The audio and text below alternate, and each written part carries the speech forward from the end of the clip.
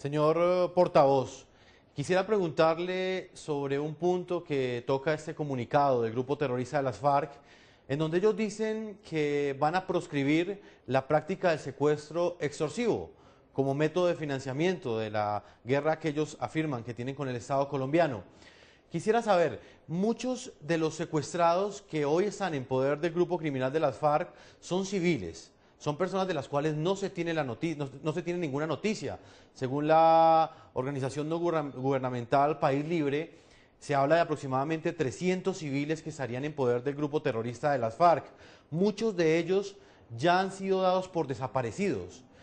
En el marco del derecho internacional humanitario, ¿qué responsabilidad le cabe a las FARC por estas personas, estos civiles que en algún momento ellos injustamente, ilegalmente privaron de la libertad y de quienes hoy no se tiene ninguna noticia, como es el caso de Quique Márquez, que es un caso que presentamos hoy en el programa La Noche, un abogado que fue secuestrado hace más de 13 años y de quien su familia no tiene absolutamente ninguna noticia? La primera medida que muy concreta, el primer gesto muy fácil y muy concreto que podrían hacer los revolucionarios, los violentos, es precisamente la liberación de los que están en rehenes. Muchos de ellos durante años, muchos de ellos incomunicados con su familia, muchos de ellos totalmente aislados del mundo, del tiempo, de sus familias. Eso es fácil. Abrir la puerta de las prisiones, reacompañar esas personas sobre el camino de retorno a su vida anterior, a su vida libre, a sus familias.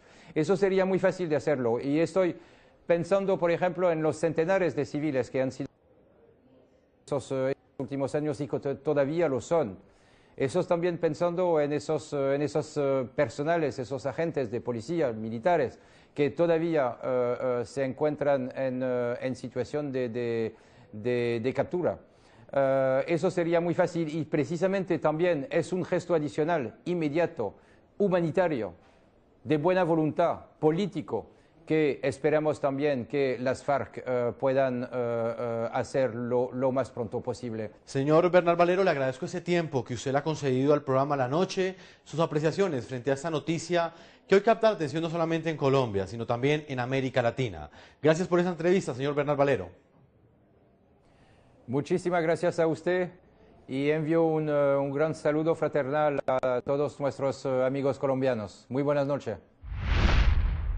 Nos vamos a una primera pausa aquí en el programa La Noche. Ya continuamos debatiendo la noticia de hoy, la liberación de 10 uniformados en Colombia por parte del grupo terrorista de las FARC.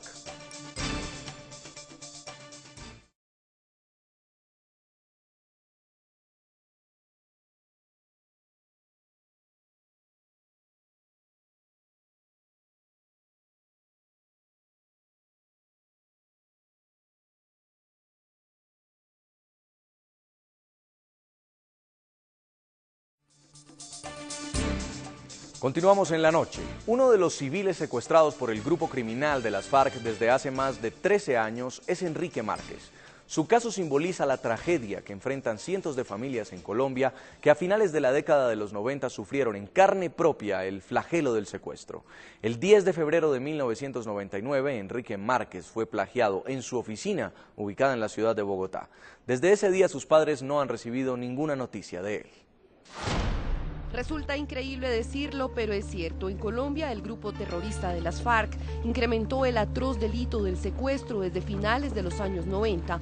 Miles de colombianos han sido víctimas de manera directa e indirecta de este duro flagelo.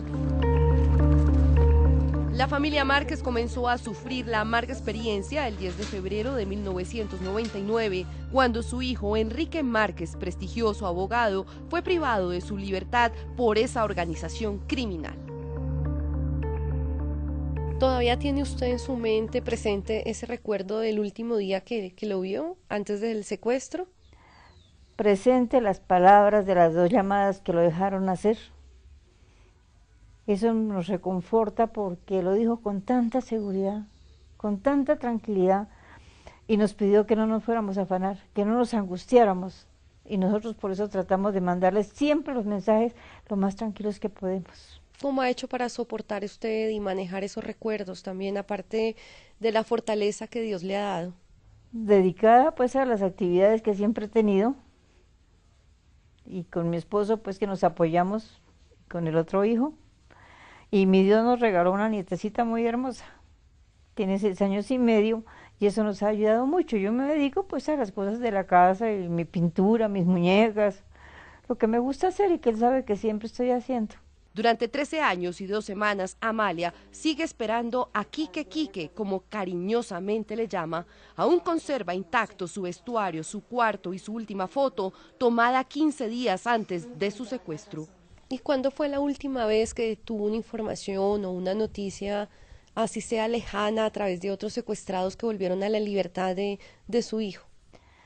Harry, esto ha sido muy difícil, porque en principio, en esa época hubo muchos secuestros, y hubo todos como 32 o 34 personas que estuvieron con él, venían a decirnos cada que salía alguno, que salían pues escalonados, que está así, que está bien, que saludes, pero nunca un papelito de él, porque yo sé que no nos lo iba a mandar. Es más, nosotros supimos de voces del secuestro, pero porque una persona que estaba allá con él mandó una notica diciendo que nos avisaran, que le mandáramos mensajes por voces del secuestro. Entonces, Enrique no iba a escribir. Y de todas maneras, pues por algún lado siempre alguna persona llega, que lo vieron, que esto, directamente no, todo ha sido indirectamente. ¿Cuándo fue la última vez que supieron de él a través de terceros? Así como una persona indirectamente, pero muy creíble, unos 3 años. Cada 8 días, a través de diferentes medios radiales, le envía mensajes de apoyo y de fortaleza a su hijo, del que hasta el día de hoy no ha recibido ni una sola prueba de supervivencia. Doña Amalia dice que ya tiene listas las palabras que le dirá cuando lo reciba en libertad. Él sabe que lo estamos esperando con un abrazo y todo el amor que nos tenemos. En el programa La Noche conversaremos con el padre de este hombre, de Enrique Márquez, un civil que lleva secuestrado más de 13 años por el grupo terrorista de las FARC. Señor Ismael Márquez, bienvenido al programa La Noche. Muchísimas gracias. Escuchamos hablar de procesos de liberación de uniformados, de militares, de policías, pero la gran pregunta que hoy también se hace Colombia es: ¿y los civiles qué? Son 300 civiles que están secuestrados y su hijo es en carne y hueso, uno de ellos. ¿Cómo han vivido ustedes este proceso y qué piensa de la posibilidad de que algún día vuelva a ver a su hijo? Sí, efectivamente, a través de las noticias, los sucesos, los acontecimientos, se habla de las liberaciones de los miembros de la fuerza pública y de otras acciones, pero como usted lo ha puesto énfasis, un silencio absoluto en torno a las gestiones, a las actuaciones de la suerte de un número indeterminado de civiles. Ese número de 300, que son más, que son menos, pues realmente no debería preocuparnos tanto, ya que con la sola existencia de un ser humano en cautiverio debería mover a toda la sociedad para exigir su liberación, su retorno al hogar. Si bien este grupo terrorista considera a los uniformados que tienen su poder como prisioneros de guerra, ¿por qué cree usted que personas como su hijo todavía permanezcan secuestradas por la organización violenta? Sí, hay una contradicción tremenda, porque mientras las FARC utilizan una terminología de la comunidad internacional de prisioneros de guerra, realmente en la práctica hay un incumplimiento absoluto de todas las normas del derecho internacional humanitario. Diríamos que si fueran prisioneros de guerra tendrían un tratamiento humano y no esa forma oprobiosa como vemos en la televisión, con los secuestrados con cadenas al cuello y permanecen en una ignominiosa situación inhumana desde el punto de vista. En cuanto a los civiles retenidos o rehenes, como los quieran denominar, deberían dar una indicación de cómo se encuentran, así como hay una comisión ahora autorizada por el gobierno para visitar a las cárceles y enterarse de la situación de los detenidos en ellas que han participado en hechos criminales dentro de la guerrilla. También esta comunidad, este grupo internacional debería solicitarle a las FARC una información de los civiles que se encuentran en su poder, y si por alguna circunstancia fatal ha habido un desenlace de muerte, de ajusticiamiento, de suicidio, de intento de fuga y han podido fallecer, que se informe a sus familiares, que tienen todo el derecho de conocer la situación de sus seres queridos. Retomo la comunicación con Jordi Reich, es delegado del Comité Internacional de la Cruz Roja. Señor delegado, primero quería preguntarle si ya ustedes han conversado con los familiares de los secuestrados que van a ser liberados y cuál es el mensaje que les han entregado. Nosotros nos hemos puesto ya en contacto con una parte de los familiares de las personas que van a ser liberadas, en concreto con los primeros 6 que fueron anunciados, y ahora pues nuestros equipos se están poniendo en contacto con las familiares de las otras 4 adicionales que han sido anunciados. Y ahí nosotros lo que realizamos es un acompañamiento, tanto desde el punto de vista humano como psicológico, para prepararles de cara a ese reencuentro, sin duda emotivo, sin duda difícil, después de tantísimos años de separación y de angustia. Usted conoce muy bien los protocolos de Ginebra, el derecho internacional humanitario. ¿Qué posición tiene la Cruz Roja Internacional frente al secuestro de estos civiles, de los cuales hasta hoy no se tiene noticia y los cuales en este comunicado las FARC ni siquiera contemplan liberar? Bueno, como CICR y como organización humanitaria, nosotros nos preocupamos a través de esos convenios de Ginebra, a través de ese derecho internacional humanitario, de todas las víctimas del conflicto armado. Eso incluye desplazados, mujeres, niños, ancianos y, por supuesto, personas privadas de libertad, tanto de un lado como el de otro, unas en prisiones, otras privadas de su libertad, pues a través de la retención de esas personas de forma involuntaria y por la fuerza.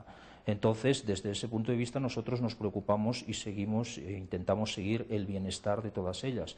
Y el mensaje que hemos estado pasando y que siempre hemos dicho, y el testimonio que ustedes antes ponían de esa madre que hace tantos años que no tiene noticias de su hijo, es perfecto para ilustrarlo, es ese derecho de las familias a saber qué ha pasado con su hijo, a que se le sepa si está vivo, si se encuentra bien, si se encuentra mal, y a que exista una posibilidad de comunicación con esas personas o un intercambio de noticias entre la persona privada de libertad y las familias.